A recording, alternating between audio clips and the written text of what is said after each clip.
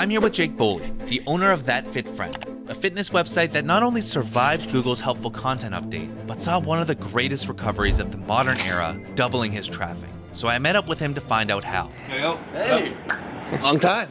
How you doing? Can you kind of walk me through what happened? I made some changes in the sense of like how I conceptualize content, how I look at user experience, basically deliver the product that I was delivering before. I haven't seen a recovery like this, almost double of where you were. I've just focused on, these little tiny things that I think often get overlooked for the more glamorous stuff.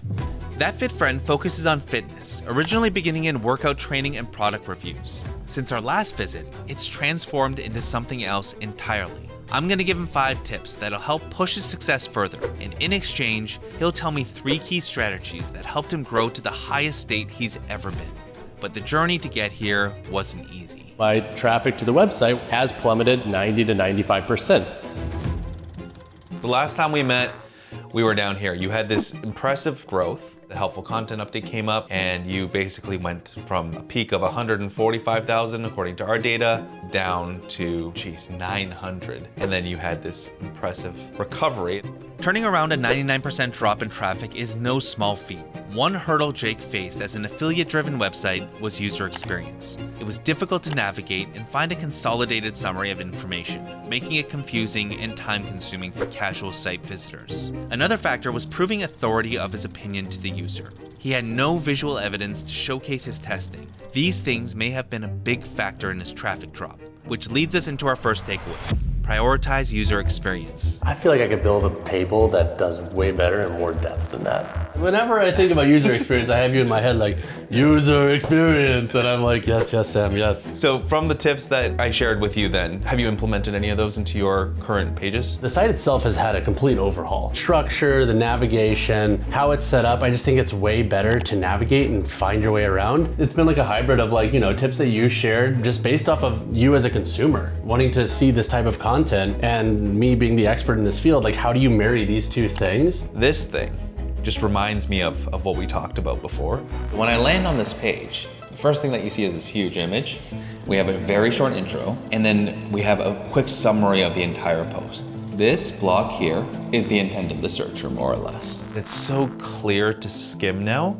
The visual pops. You're using your own brand colors here. The main thing that stands out from what I remember in our conversation is I said, you just need to tell them what people care about.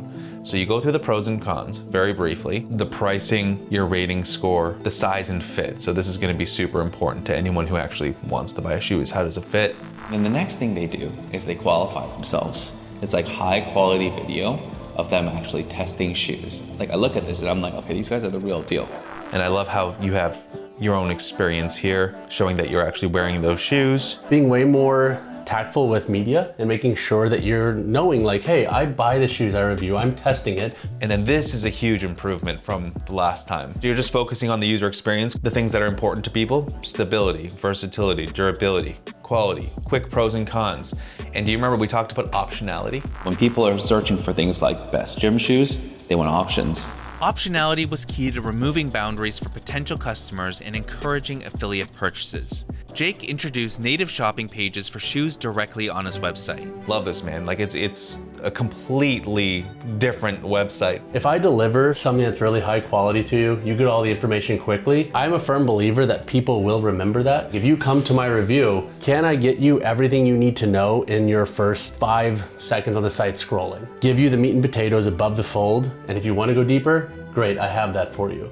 But to not assume that every reader wants to go as deep as I do as the creator. And that's been a big mind shift change. It's very clear to me what happened here. Around this time here is where you said, I'm gonna stop creating content for traffic and I'm gonna create a brand, especially with the way that AI has been moving where brands are getting rewarded. You're building that full ecosystem.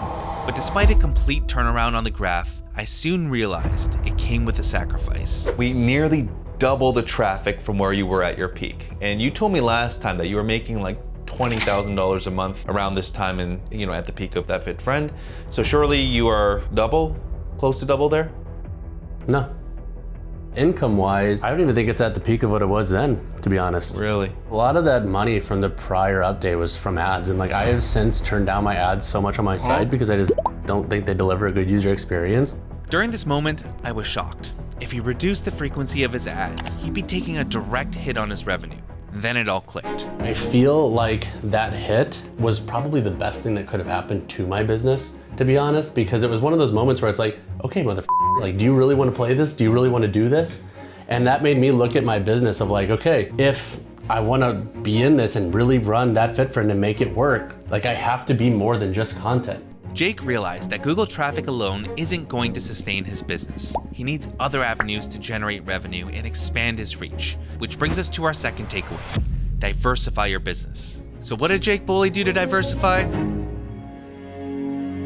He opened a pop-up shoe store. The pain points that I was seeing through YouTube comments on the site was there's so many options that it's very difficult to know what's gonna fit you best, what's gonna perform best. So the idea with the pop-up shop is originally at that time I was living in Austin, Texas, I wanted to open up a brick and mortar that I would also have like a squat rack, a deadlift platform in, and along with shoes. And the idea was you can come in, pick different shoes to demo, and physically try and actually work out a little bit in. But when it came to the brick and mortar, like, I just didn't know, because I wasn't sure if I was gonna stay in St. Louis. I didn't know how long. You know, my dad just passed. All I knew was like, I'm moving back home to obviously help and be with my mom for a while. I'm grabbing breakfast with these two guys that were catching up. And they're like, we want you to open your pop-up shop in tandem with our gym opening. They helped give me a platform and a place to test my concept, and fast forward to where we're at now.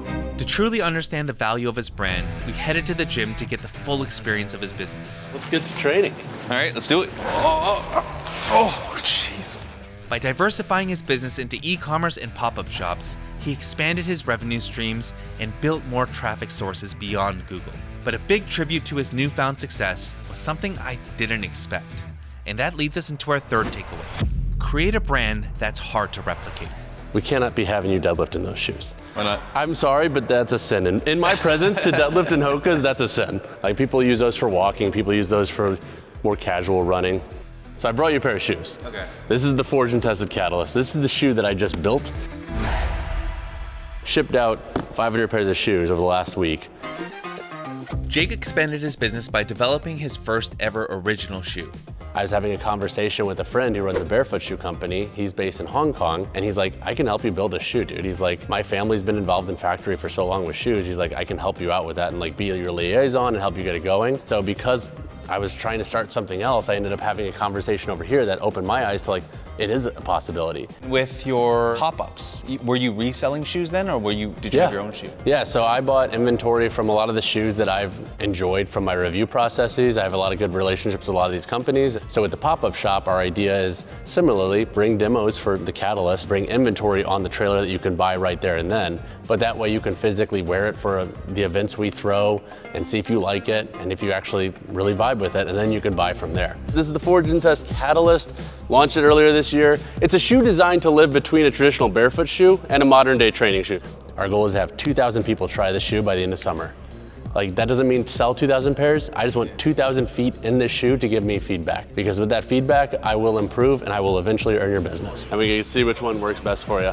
Ultimately, your goal with a shoe is you don't necessarily want mass distribution, but you want mass knowledge of your product. Letting it grow slow and just, you know, seeing where it goes over the next couple of years with no hard numbers I'm trying to hit and whatnot, I just think is a healthier outlook for not only product lifespan, but also just the product quality. My thought is grow slow, try to do right by people, build something of good quality, and try to improve it as you go. And I don't think you can go wrong. How fast did you sell the 500 shoes that you got? 5-ish days. I haven't done any paid marketing. I haven't done any hard pushes. The goal is just to get some more passive eyeballs on it. Not to necessarily be like, you need to buy it right away, but be like, hey, here's an option for this. Like, you just want people to know about your brand, that it exists. Yep. I got some ideas for you. I think it can help you grow quite big without the pressure of having to deliver 1 million shoes to people around the world. I mean, that would be wonderful. Right now it's interesting because there is a good demand because I'm out of stock and people keep asking like, when are you getting more, when are you getting more, when are you getting more? But I think this is just all such new territory for me too, that I'm almost like, I'm kind of scared in some ways to like have it grow fast. But at the end of the day, like obviously more demand would be better.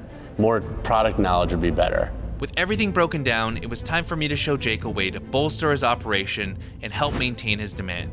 Even during his peak, there's still room to grow. Before I came out, I did some work with Letaido to kind of analyze your site and to come up with some like actionable ideas.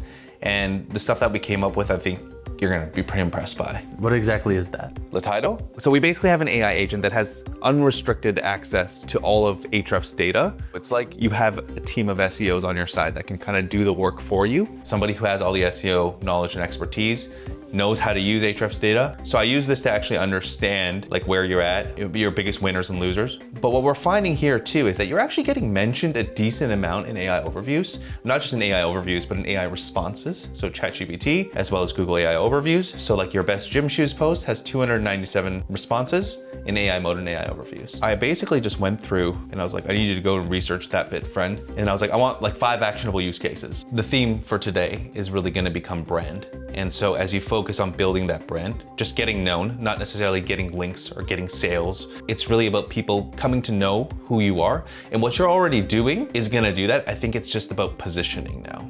In order for Jake to push further, he needs to break through any restraint in his marketing, which leads us to our first actionable: own your personal brand. So first, I honestly think that you need to be connecting the 2 brands together because a lot of these people are following you for you. You have vlog content and people are saying, we want more of that content, right? The biggest YouTubers like Mr. Beast has a chocolate bar and people buy it because of that. Ryan Tran has candy. Like there's so many people that are creating their own products and people want to support the creator. So I don't know why you would worry about the 1% of trolls. Yeah, you have a terrible shoe and the only reason why you're promoting it is because you bought it and now you can't sell it. Haha, like there's always gonna be those people. I think it makes no sense to separate the fact that you own this business. If we have like basic conversion stuff, like the lowest hanging fruit here is you just add like a little bar here. I built my own shoe. You're just raising awareness for the fact that you created a shoe called Catalyst, right? When we promote something like a new tool called Firehose, so even on our main homepage, we have this here. It's not that we're concealing the fact. In fact, we want people to know that we created it because they know the types of tools we create. Because it's still so new, I just wanted to see where it landed in the scope of the feedback I got and then go from there. So for example, like I have it on my docket to build a bunch of comparison articles and whatnot and comparison content. And so that's all on the to-do list. It's more so just been like kind of like I'm just waiting. With this mindset, Letaido's next actionable is probably the easiest and one of the most valuable. Promote your product where you're already getting clicks. Have another box somewhere to say that you created this shoe, go and read about it. If you're into the Nike Metcons, you're gonna love these ones. These pages are getting tens of thousands of views, which accumulate to hundreds of thousands of visits every single month to these pages. 160,000 monthly visits from the US alone. That's a lot of impressions to your shoes for people who are in the market to buy a similar type of shoe. And I feel like it makes sense to have some kind of, you can call it an ad, and you can even remove all your ads at that point because you'll make way more money through that than you will making pennies on the dollar for something like that. After promoting his product where the audience is clicking, the next actionable will showcase his shoe best against his competitors. Create comparison content. Create Catalyst versus pages. Geez, how many shoes do you have here? So you take all of these shoes and you do it versus forced and tested Catalyst. You create a review for every single one. You're creating this context for AI. People are gonna go and search for best gym shoes and they're gonna find things like, okay, well, Nike Free Metcon is one of them, Nike Metcon 10, compare it to the Catalyst. And so now you've created the narrative that there's a shoe called the Catalyst that exists. And AI is learning that. And they keep seeing now that Catalyst is coming out on top, and now you have context for AI. And even though you don't have the inventory now, create a list so that you have a place where you can just say, back in stock, send, and then people are like, click, click, click, click, click, let me buy that. And then as we were chatting, someone in real time made a post online which perfectly led into our fourth actionable post. Ooh, wait, what did they say? Oh, this is not you. No, that's somebody organically on Reddit. Let's go. How are the comments? Let's see what the comments are. Are they bad? Even better than their website. Yeah, it's because I took those in my kitchen. And guess what? This brings us to our next point. Cool, this is crazy seeing it in real time. This is wild. I don't know who this is. I honestly have no clue who that is. Thank you, prestigious P314. We appreciate. Thank you. We appreciate Thank you for the your support. There's a massive Reddit community in fitness. And I'm not saying to go and spam these threads about your shoe and whatever, but actually integrate yourself into that community. You should be thanking these people like, dude, thanks so much for doing this, whatever. When you see posts like that, people who don't know you, they're like, who's Jake Boley? They click over and they're like, oh, it's that guy. And they follow the rabbit hole and they're like, oh, he's the guy who does it. Reddit is being referenced like crazy in AI overviews. Even just in like the gym shoes, workout shoes niche, you can see how often Reddit is actually mentioned here. The next actionable will help him maintain a continuous demand for his products. So with ranking and AI overviews, like because you're ranking, it's helpful, but that might not be enough to actually push you over the edge to get in every single one of these like best training shoes type of queries. What I would suggest you do is to look up these different queries and try to get mentioned in all those pages. Just reach out to them, say, can I give you my pair of shoes? Like, this is what I do. To be honest, I've been holding off because I don't have the inventory. Like, everybody's bought their pair for the reviews. I don't need to spend on ads yet. Like, I'm similarly not trying to seed just yet either because I haven't needed to. It takes time to actually rank for this stuff. So if you're like, oh shoot, like I'm running out of leads, now I need to go and do this, and money's tight now because I'm not getting all that flow in, is when things are going well, is the time to go out and be like, hey, site owner, send them the shoes. And even if you can't serve them yet, you have a massive email list now where you don't have to worry about selling them, being stuck with inventory. If you can get your catalyst mentioned in pages that AI is already citing, then you kind of have the blueprint for that. So what Letaido did here is it pulled it from Brand Radar. And we can see here, how many AI responses is it being pulled from? 101, 62, 56, a list that just was prioritized, must land. It's interesting. I feel very excited about all of the changes and things to do. It reminds me of your entire story of kind of what's happened here, is you kind of went like pretty technical, like SEO basics technical, you tanked and you said, screw it, I'm just gonna work on the user experience and just making sure that I give people what they want. You do that and you see that massive growth. Kind of the direction that you just need to keep going is like doing what you do best. It's like you just like to help people about their shoes. I almost feel like we're kind of at this cool crossroads of all of these things that have been building for so long. Yeah. And now it's just like, okay, now you gotta just do. You gotta do it. And I'm excited for you. Thanks, I appreciate it. And just a few months after our meeting, the work was already paying off. Search best gym shoes, and there it is. Forged and tested catalyst, showing up in AI overviews. With everything said, Jake had the tools he needed to take things to the next level.